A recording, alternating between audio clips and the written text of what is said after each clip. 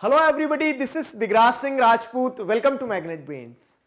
इस वीडियो में हम क्या पढ़ने वाले हैं? इस वीडियो में हम पढ़ेंगे दी हॉट वेदर सीजन के बारे में। पिछले वीडियो में हमने क्या पढ़ा?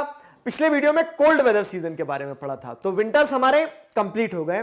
अब विंटर्स के बाद में हम समर्स के बारे में पढ़ने वाले हैं।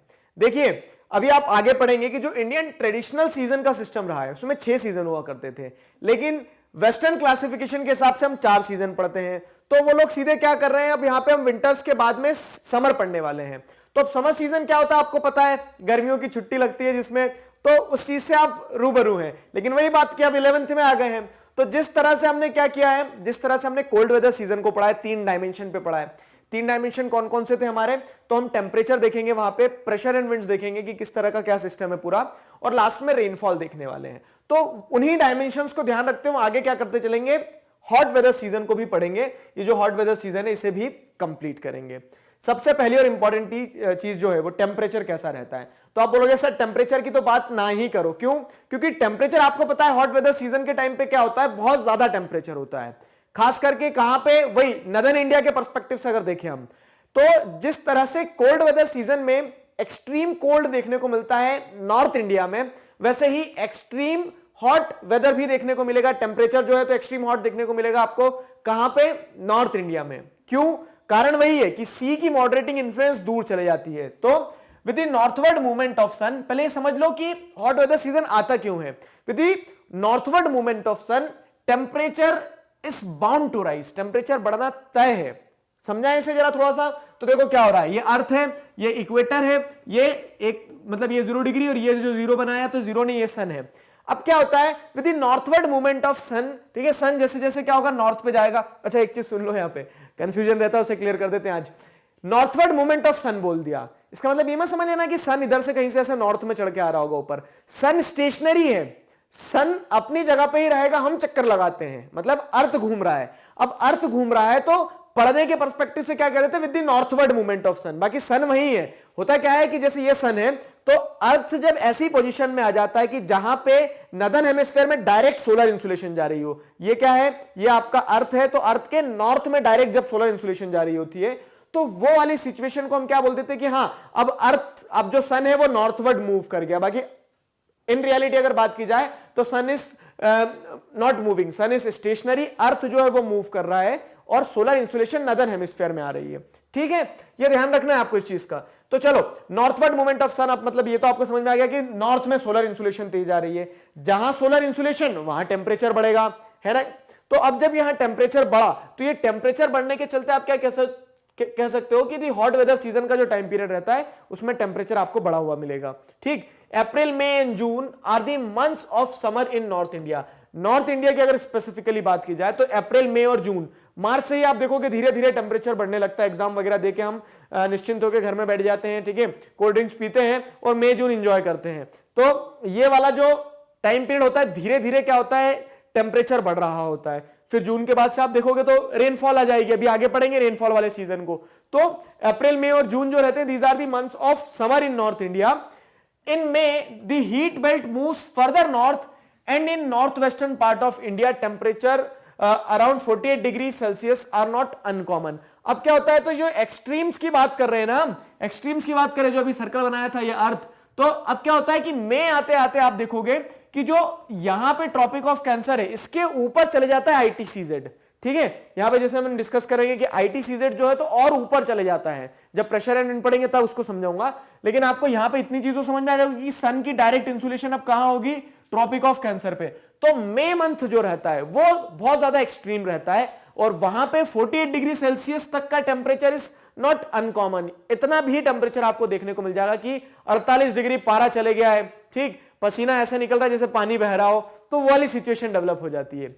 आगे क्या है, the hot weather season in south India is mild and not so intense. समझना, not so intense as found in north India. वही कहानी जो विंटर्स के टाइम पे देखी थी, विंटर्स भी एक्सट्रीम होते थे नॉर्थ में लेकिन साउथ में नहीं होते थे। और ठीक वही चीज है कि समर्स में भी जो हॉट वेदर सीजन है उसमें भी टेम्परेचर साउथ इंडिया में उतना स्ट्रांग नहीं रहता, not so intense as found in north India. ठीक है, साउथ इंडिया की अगर बात करते हैं, ये हमारा जो सदर्न इंडिया है, तो सदर्न इंडिया में क्या होने वाला है कि यहां पे टेम्परेचर तो बढ़ेगा, गर्मी है तो इन्हें भी एहसास तो होगा कि हाँ गर्मियां आ गई हैं, लेकिन उतनी ज्यादा गर्मियां नहीं होगी जितनी नॉर्थ में हो रही है। कारण क्या है? टेम्परेचर देखो, जैसे अगर टेम्परेचर रेंज भी देखो तो 26 डिग्री से 32 डिग्री सेल्सियस के बीच में जाता है। कहां 48, कहां 32 तो नॉर्थ इंडिया में विंटर्स में भी रहता तो लोग बोलते कि हाँ बहुत क्या है, गर्मी है उस तरह से। तो यहां पे आपको समझना होगा उस चीज को कि यहां पे क्या है, टेम्परेचर में डिफरेंस, सीजनल डिफरेंस भी नहीं आता है और डे और नाइट में भी डिफरेंस नहीं आता है साउथ इंडिया में।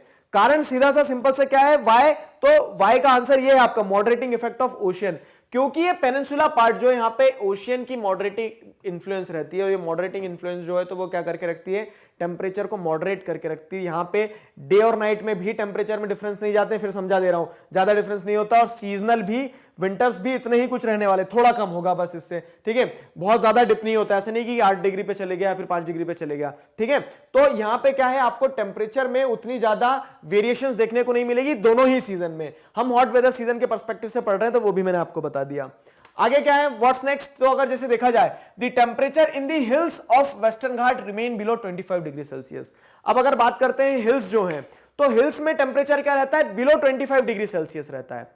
अगर आप साउथ इंडिया की बात करते हो, वेस्टर्न घाट की बात करते हो, ये इंडिया है, ये वेस्टर्न घाट है ना यहाँ पे, तो यहां पे टेम्परेचर समर्स में भी 25 डिग्री सेल्सियस से ऊपर नहीं जाता है, मतलब विंटर्स वाली सिचुएशन हो गई यहाँ पे। कारण क्या है? तो कारण इसका सिंपल सा है, जो मैंने आपको स्टार्टिंग में टॉपिक बताया था ना, what are the factors which influences the climate of India. Relate करो तो इंडिया का क्लाइमेट कौन इन्फ्लुएंस करता है? वहां का रिलीफ फीचर, ठीक है। पोजीशन और रिलीफ देखा था हमने, तो पोजीशन आप देखोगे तो पोजीशन और रिलीफ क्या है, तो यहाँ पे वेस्टर्न घाट है। अब वेस्टर्न घाट में आपको एक पॉइंट मैंने बताया कि जैसे जैसे एल्टीट्यूड में ऊपर जाओगे आप, जमीन से, मीन सी लेवल से जैसे जैसे ऊपर जाओगे, टेम्परेचर ऑटोमेटिकली क्या होने वाला है, कम होने वाला है। वही चीज यहां पे बताई गई है, क्या कि the temperature in hills of western Ghat remain below 25 degree Celsius. Reason, what is the reason? Due to altitude. आप ऊपर चले गए हो ना, वेस्टर्न घाट जमीन से ऊपर चले गए हो। फिर क्या है, कोस्टल रीजन की अगर बात की जाए, देखो आपको पता है नॉर्थ इंडिया तो भैया बहुत गर्म होने वाला है, तंदूर बन गया। अब क्या है, साउथ इंडिया में मॉडरेटिंग इन्फ्लुएंस रहेगी, फिर भी वेस्टर्न घाट जो है तो वेस्टर्न घाट पे क्या रहेगी, मॉडरेटिंग इन्फ्लुएंस और ज्यादा रहेगी, क्योंकि एक तो कोस्टल एरिया भी, साथ ही साथ एल्टीट्यूड भी मिल गया। अब अगर कोस्टल रीजन की बात की जाए, स्पेसिफिकली ये कोस्टल रीजन्स की बात की जाए, ये जो हमारे कोस्टल एरियाज हैं, ठीक है, ये आप मुझे बताना क्लासिफिकेशन के अलग अलग नाम क्या है, इस कोस्टल रीजन का, इस कोस्टल रीजन का, इस कोस्टल रीजन का, ठीक है, ये कमेंट सेक्शन में बताना, आपको पढ़ाया है मैंने। अब क्या होता है, तो in the coastal regions the north south extent of isotherms, ठीक है, parallel to the coast confirms that temperature does not decrease from north to south, rather it increases from coast to the interior। Classical line है, इसको समझने की कोशिश करना। क्या, अब देखो हमने यूजुअली क्या देखा है कि ये वाला एरिया पे टेम्परेचर कम ही रहने वाला है, इस एरिया पे ज्यादा होगा, इस एरिया पे और ज्यादा, इस एरिया पे और ज्यादा, इस एरिया पे और ज्यादा, इस एरिया पे और ज्यादा। कब? नॉर्थ इंडिया तक, मतलब जैसे कश्मीर में मत पहुंच जाना, नदर्न प्लेन्स में अगर देखेंगे हम, तो जैसे जैसे आप ऊपर मूव करोगे तो आपको क्या देखने को मिलेगा, सोलर इंसुलेशन ज्यादा जा रही है ना, तो ट्रॉपिक ऑफ कैंसर के वहां पे टेम्परेचर बढ़ने वाला है, साउथ से नॉर्थ में टेम्परेचर बढ़ेगा, ठीक है, साउथ से नॉर्थ में विंटर्स के टाइम पे, समर्स के टाइम पे टेम्परेचर बढ़ेगा। लेकिन यही चीज आप अप्लाई जब कहां करोगे, कोस्टल रीजन पे, ठीक है, इस कोस्टल रीजन पे जब यह चीज अप्लाई करोगे तो नॉर्थ से साउथ में कोई फर्क नहीं पड़ता है। अब आप बोलोगे सर आपको कैसे पता, तो ये जो आइसोथर्म्स है इन्हें देखो आप, ठीक, ये जो आइसोथर्म्स है ये बताते हैं, ये आइसोथर्म्स क्या होते हैं, आइसोबार्स जो होते हैं ना, तो ये एक तरह से आपको रिलेट करवाते कि जहां पे एक जैसा टेम्परेचर होने वाला है वहां पे एक ही लाइन होगी आइसोथर्म की। जैसे आप देखोगे ये पूरा रीजन 25 डिग्री सेल्सियस में रहने वाला है, तो आप क्या देख रहे हैं कि पूरा नॉर्थ से साउथ तक का रीजन जो है इस पे 25 डिग्री सेल्सियस ही है। आपकी बुक में भी है आइसोथर्म की लाइन, ठीक, लेकिन आप अगर क्या करोगे, ये आइसोथर्म 25 डिग्री सेल्सियस सिर्फ वेस्टर्न कोस्टल मार्जिन पे है, आप कोस्ट से इंटीरियर पे आओगे तो टेम्परेचर बढ़ जाएगा। यही चीज यहां पे भी बताई गई है, क्या कि ये जो आइसोथर्म्स है parallel to the coast, coast के पैरेलल है ना आइसोथर्म, इसका मतलब क्या है कि पूरे कोस्ट पे एक ही टेम्परेचर है, लेकिन आप कोस्ट से अगर अंदर आओगे, ठीक है, confirm that temperature does not decrease from north to south, rather it increase from coast to the interior. Coast से इंटीरियर की तरफ जब जाओगे आप तो टेम्परेचर बढ़ना तय है, ठीक, ये चीज ध्यान रखना आप। वाई? तो इसका कारण मैंने आपको बता दिया कि कोस्ट पे क्या होने वाला है, कोस्ट पे तो लैंड ब्रीज सी ब्रीज चलेगी, मॉडरेटिंग इन्फ्लुएंस ज्यादा रहेगी, लेकिन इंटीरियर में उतना इफेक्ट नहीं रहेगा, इंटीरियर में उतना इफेक्ट नहीं रहेगा। तो कोस्ट के कंपैरिजन में इंटीरियर का टेम्परेचर थोड़ा ज्यादा रहने वाला है, लेकिन फिर भी इंटीरियर का टेम्परेचर नदर्न प्लेन से कम ही रहेगा। क्लियर है ना यहां तक कंसेप्ट? अब देखो आगे क्या है, तो the mean daily minimum temperature during summer month also remains quite high and rarely goes below 26 degree Celsius. ठीक है, तो क्या है कि 26 डिग्री सेल्सियस जो है उससे नीचे नहीं जाता है, 26 डिग्री सेल्सियस पे सस्टेन रहता है। कहां पे? सदर्न इंडिया की अगर बात की जाए, नदर्न इंडिया में तो ये बहुत ऊपर चले जाता है। ठीक, ये हो गया कहां? हॉट वेदर सीजन का। ये आइसोथर्म वाला कंसेप्ट समझ गए आप। अब आगे क्या है? Pressure and winds. तो हमने टेम्परेचर समझ लिया कि what is the position in terms of temperature during the hot weather season. अब अगर हम बात करते हैं किस चीज की? प्रेशर एंड विंड्स की। तो प्रेशर एंड विंड्स को समझना, period of excessive heat and falling air pressure in the northern half of the country का मतलब यह है कि आप देखोगे यहां पे एयर प्रेशर जो है, तो अब हाई प्रेशर नहीं है, प्रेशर गिरते जा रहा है। Pressure in the sense low pressure develop हो रहा है, क्योंकि गर्मी है, गर्मी में एयर मासेस चार्ज अप हो जाएगी, चार्ज अप एयर मासेस ऊपर उठेगी, मतलब लो प्रेशर कंडीशन बन गई है। तो period of excessive heat and falling air pressure in northern half of the country. Why? तो उसका सीधा सा आंसर क्या लिखेंगे आप? ITCZ के कारण, या फिर कह सकते हो सोलर इंसुलेशन जो इंटर ट्रॉपिकल कन्वर्जन जोन बनाया है। ठीक है, इसे हमने बहुत अच्छी तरह से डिस्कस किया। जिन लोगों ने ITCZ पर जो वीडियो बनाया है वो नहीं देखा है तो please do watch that video. उस वीडियो को देखोगे आपको पूरा कंसेप्ट समझ में आ जाएगा। अब जब क्या है, सन नॉर्थवर्ड मूव कर गया है, यहां पे जो है मॉनसून ट्रफ बनाए हैं, एक्सट्रीम टेम्परेचर यहां देखने को मिलेगा, तो यहां लो प्रेशर डेवलप होगा। ठीक है, क्यों यहां पे एयर प्रेशर क्यों गिर रहा है? क्योंकि यहां पे लो प्रेशर डेवलप हो रहा है। लो प्रेशर क्यों डेवलप हो रहा है? और क्योंकि ITCZ वहां मूव करके चले गया। तो because of the heating of subcontinent, subcontinent पूरा का पूरा गर्म हो गया है, आग बबूला हो गया है। ठीक है, the ITCZ moves northward occupying the position of occupying a position centred at 25 degree north in July. तो जुलाई के आसपास, जून जुलाई के आसपास यहां पे आप देखोगे 25 डिग्री नॉर्थ में ITCZ जाके बैठ गया। और जहां ITCZ, वहां आपको पता है क्या कि बहुत तेजी से क्या उठने वाली हैं? लो प्रेशर एयर मासेस ऊपर की तरफ उठेंगी। लो प्रेशर एयर मासेस ऊपर की तरफ उठेंगी। तो अब प्रेशर कंडीशन समझ में आया? हम प्रेशर एंड विंड्स पढ़ रहे हैं। विंटर में क्या हो रहा था कि यहां पे हाई प्रेशर हो रहा था। क्यों? क्योंकि जमीन ठंडी थी, पानी गर्म था, पानी पे लो प्रेशर था। ये विंटर की कहानी है। समर में कहानी पलट गई। कैसे पलट गई? कि ITCZ ऊपर है लैंडमास पे, और उस कारण से क्या है कि यहां पे लो प्रेशर बन गया। तो यहां लो प्रेशर बना हुआ है, ध्यान रहेगा, ये यहां लो प्रेशर बना हुआ है। अब वो जो लो प्रेशर है देखो, तो because of the heating of subcontinent the ITCZ moves northward occupying a position centred at 25 degree north in July. तो जुलाई में लगभग वहां पे 25 डिग्री नॉर्थ में आपको एक्सट्रीम लो प्रेशर कंडीशन मिलेगी। अब वो क्या करेगी? The location of ITCZ attracts the surface circulation of wind. तो ये लो प्रेशर क्या करने वाला है कि जो सरफेस विंड से उन्हें अट्रैक्ट करेगा। अब लो प्रेशर क्या करवाने वाला है कि यहां जो हाई प्रेशर बना है उन विंड्स को अपनी तरफ अट्रैक्ट करेगा। तो द लोकेशन ऑफ ITCZ मतलब low pressure attracts the surface circulation of the winds which are south westerly. ठीक है, साउथ वेस्टर्ली विंड्स जो है ना, ये साउथ वेस्ट से जो भी विंड्स चल रही है, पूछ पकड़ो इसकी, साउथ वेस्ट जा रही है, तो ये सारी साउथ वेस्टर्ली विंड्स हैं, इन्हें अट्रैक्ट करता है कौन? वहां का लो प्रेशर, वहां का ITCZ। ठीक है, south westerly on west coast as well as along the coast of waste Bengal and Bangladesh. तो ये वेस्ट बंगाल और बांग्लादेश के कोस्ट पे भी जो विंड्स है वो भी इस तरफ अट्रैक्ट होने लगती है, क्योंकि उधर हमारा जो नॉर्थ ईस्टर्न पार्ट है, ठीक है, जो हमारे मणिपुर, मेघालय, मिजोरम, ये सारे स्टेट्स में, तो ये स्टेट्स भी क्या कर रहे हैं? लो प्रेशर एरिया बन चुके हैं, वो भी अट्रैक्ट कर रहे हैं इन हाई प्रेशर विंड्स को। तो बे ऑफ बंगाल से भी उधर हाई प्रेशर विंड्स अट्रैक्ट होने वाली है। तो ये समझ में आया कि what is the position of pressure and winds during the hot weather season. तो ये कहानी समझ में आ गई, हॉट वेदर सीजन के समय में कंट्री में क्या प्रेशर है, विंड्स किधर से किधर अट्रैक्ट हो रही है। ठीक, along the west coast of waste Bengal and Bangladesh. अब क्या होता है? हाँ, ये देखो, ये भी एविडेंट है कि इस सिचुएशन में क्या हो रहा है कि जो साउथ वेस्टर्ली मॉनसून विंड्स हैं, they displace equatorial westerly. Equatorial westerly मतलब क्या है कि आप जैसे देखोगे इक्वेटर है, इक्वेटर पे ये जो विंड्स चल रही थी, तो आपको पता है साउथ वेस्टर्ली मॉनसून विंड्स क्या करती है, ये जो लो प्रेशर बना है तो ये इक्वेटर के बाद में टर्न ले लेती है ऐसी। क्यों? क्योंकि जो हाई प्रेशर है, पूरा high pressure is being attracted by the low pressure created over the land mass. तो इसके चलते क्या है कि ये जो इक्वेटोरियल वेस्टर्लीज है ना, ये इक्वेटोरियल वेस्टर्लीज को भी कौन अट्रैक्ट कर लेता है? ये लो प्रेशर एरिया अट्रैक्ट कर लेता है। और ये इक्वेटोरियल वेस्टर्लीज भी क्या बन जाती हैं? साउथ वेस्टर्ली मॉनसून विंड्स बन जाती है। This south westerly monsoon wind displaced equatorial westerlies, तो उन्होंने उन्हें डिस्प्लेस करके खुद को क्या बना लिया, मॉनसून विंड्स बना लिया। ठीक, ये हो गया। The influx of these winds by mid June bring about change in the weather towards the rainy season. और जब क्या होता है मिड जून तक ये हवाएं आती है ना, तो ये मिड जून तक ये हवाएं हमारे यहाँ क्या लेके आने वाली है, मॉइस्चर लेके आने वाली है। आगे जब आप पढ़ोगे, किसके बारे में पढ़ोगे आगे, तो आगे जब आप मॉनसून सीजन के बारे में पढ़ोगे, साउथ वेस्ट मॉनसून के बारे में पढ़ोगे, जो हमारा रेनी सीजन होता है, तो उसमें आपको समझ में आएगा कि हाँ ये विंड पानी लेके आने वाली है। ठीक है, तो मेरे को हर चीज को 2-2, 3-3 बार हर वीडियो में फिर रिपीट करके बता रहा हूं, तो मैं ये आपसे उम्मीद भी लगाता हूं कि ये इंप्रिंट हो गई है आपके दिमाग में, एकदम समझ में आ गई है, चीजें छप गई है, अब याद करने की जरूरत नहीं है, मतलब रटने की जरूरत नहीं है।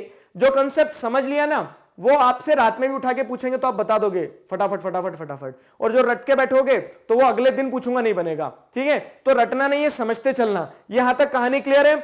आगे देखो क्या है, तो आगे देख लो, ये गर्मी लग रही है दीदी को। ठीक, ये आइजोथर्म्स वगैरह आप जैसे देखोगे तो ये सारी विंड के डायरेक्शन देख लो, आइजोबार्स देख लो, विंड्स देख लो, तो ये इस तरह से विंड सारी चल रही हैं। ये सारी विंड्स जो हैं तो वो फिर ये माउंटेन्स के कारण टर्न लेके इस तरह से यहाँ पे बारिश करवाने वाली है।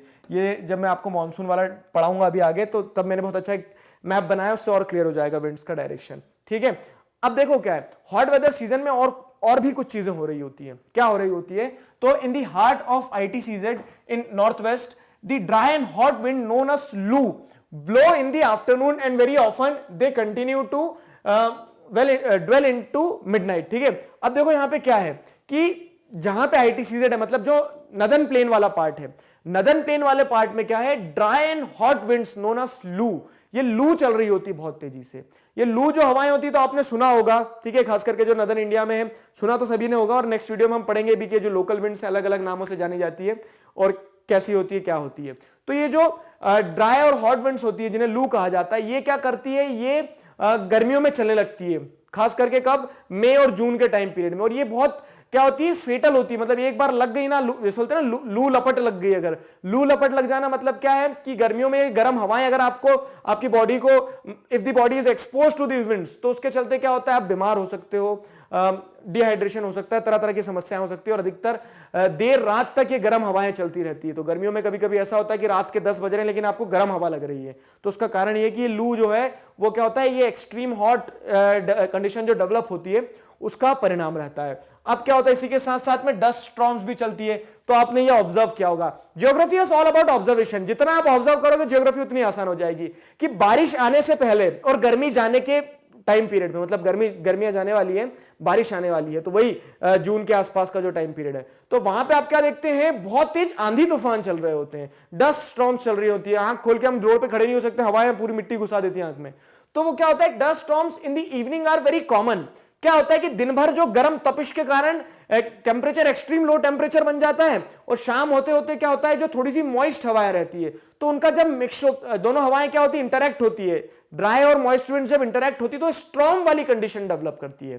ठीक है, सूखी और गीली हवाएं जब मिलती है तो वो क्या करती है, स्ट्रॉर्म वाली कंडीशन डेवलप करती है। उसके चलते डस्ट स्टॉर्म्स चलती है, तो धूल मिट्टी उड़ते हुए जाता है पूरा। ठीक है, तो पंजाब, हरियाणा, ईस्टर्न राजस्थान, उत्तर प्रदेश, इन एरियाज में डस्ट स्टॉर्म देखने को मिलेगा। These temporary storms at times bring relief also. लेकिन कभी कभी क्या होता है कि आपने देखा होगा कि हल्की बूंदाबांदी हो जाती है, तो कभी कभी टेम्पररी रिलीफ भी ले आती है ये हवाएं। ठीक है, बूंदाबांदी भी हो जाती है। फिर क्या है, अ सडन कॉन्टैक्ट बिटवीन, जो मैंने आपको अभी बताया, dry and moist air masses gives rise to local storms of great intensity.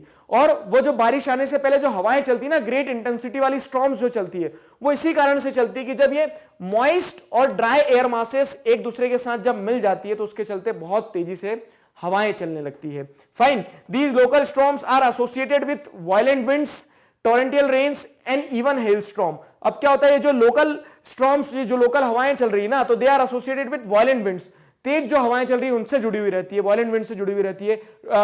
टोरेंटियल rainfalls मतलब क्या है कि मूसलाधार बारिश जो होती है, मूसलाधार बारिश होने लगती है कब, जब इस तरह की तेज हवाएं चलती है। तो आपने देखा होगा अचानक से जब मानसून आने वाला है तो वो इन हवाओं के साथ में ही आता है और बहुत तेज क्या करके जाता है, बारिश करके जाता है। तो देखो अभी मानसून आया नहीं है, ये क्या है, ये लेट समर पीरियड, जो हॉट वेदर सीजन की हम बात करें तो उसका जो एंडिंग पीरियड रहता है, उस it is being characterised by this type of climatic conditions, air pressures, ये सारा सब कुछ यहां तक ध्यान रहेगी चीजें। ठीक है, तो हमने क्या देखा इसमें, हॉट वेदर सीजन में हमने चीजों को समझने की कोशिश करी कि हॉट वेदर सीजन में क्या हो रहा है। अब बोलोगे सर रेनफॉल तो रेनफॉल के लिए ये क्या बन गया है, प्लेटफॉर्म बन गया है। अब जब आप नेक्स्ट सीजन पढ़ोगे तो वो रेनफॉल ही लाने वाला है। हॉट वेदर सीजन में स्पेसिफिकली कोई रेनफॉल नहीं हो रही है, लेकिन वो क्या करने वाला है, रेनफॉल के लिए पूरा का पूरा एक बैकग्राउंड तैयार कर रहा है। अब जैसे आप देखोगे प्रेशर विंड्स की क्या कहानी थी कि ये वाली विंड्स को अट्रैक्ट करना स्टार्ट कर दिया। अभी जब विंड्स जाएंगी तो क्या लेके जाएंगी, मॉइस्चर लेके जाएंगी, तो अब बारिश करेंगी, तो बारिश वाला सीजन ही अलग है, ठीक है। साउथ वेस्ट मानसून सीजन जो है हम नेक्स्ट टू नेक्स्ट वीडियो में पढ़ेंगे। तो नेक्स्ट वीडियो में क्या पढ़ेंगे सर, नेक्स्ट वीडियो में मैं आपको ये जो लोकल विंड्स अभी हमने पढ़ी ना, जैसे लू है, तो इस तरह की और भी लोकल विंड्स हैं, कौन कौन सी विंड्स हैं, क्या करती है, वो सारा सब कुछ हम नेक्स्ट वीडियो में पढ़ने वाले हैं। आई होप चीजें यहां तक समझ में आई है, किसी प्रकार का कोई डाउट नहीं है। अगर किसी प्रकार का डाउट है तो क्या करना है, feel free to ask in comment section. एक मजेदार बात बताता हूं, मैं जाते जाते सुनते जाओ। मैग्नेट ब्रेन्स पर क्लास 4 से क्लास 12 तक इसी तरह से सभी सब्जेक्ट्स, चैप्टर्स, टॉपिक्स, सब टॉपिक्स, सब कुछ सिस्टमैटिक वे में एक अरेंज फॉर्मेट में अवेलेबल है, जिन्हें आप बहुत आसानी से देख सकते हैं, पढ़ सकते हैं, समझ सकते हैं, अपना सिलेबस कंप्लीट कर सकते हैं। आपको क्या करना है, कुछ नहीं करना है, घर बैठना है अपने लैपटॉप पर, मोबाइल पर, टैबलेट पर, जहां आपको वीडियो देखना है, यूट्यूब से देखना है, यूट्यूब से देखो, वेबसाइट पर जाकर देखना है, वेबसाइट पर जाकर देखो और अपना सिलेबस कंप्लीट करो। निश्चिंत रहो, मुस्कुराते रहो। अपने जूनियर्स और सीनियर्स को जरूर बताइए मैग्नेट ब्रेन्स के बारे में। मिलते हैं नेक्स्ट वीडियो में अगले टॉपिक के साथ। Till then stay connected, keep learning. Thank you very much.